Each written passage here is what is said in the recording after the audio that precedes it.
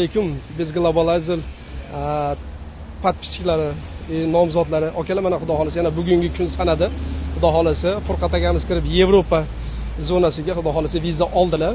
O'zlaridan bir eshitib ko'ramiz. Biz ishni boshladi, ishda davom ettiramiz. Orada sal to'xtab qoldi. Mana vizalar chiqishi boshladi xudo xolasa.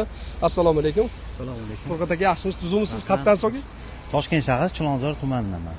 Qalay aka, taassurotlar qanchada oldingiz? Mana ko'ryapti, mana misol uchun Toshkentdan bu ovozda mana ayting odamlarga, klientlarga qanaqa, qaysi jarayon nima bo'ldi? Taassurot aytib bersangiz bo'ldi aka.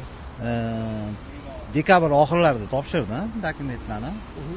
Hech pul to'laganim yo'q. Mana hozir o'sha vizani qo'limizga oldik. Oching aka, oching bir ko'rishsiz akalar. Mana o'tgan safar ko'p kommentariyada o'zimga yozishadi, aka to'xtab qoldingiz, to'xtab. Mana davom ettiramiz, bitta ko'rsatsangiz aka.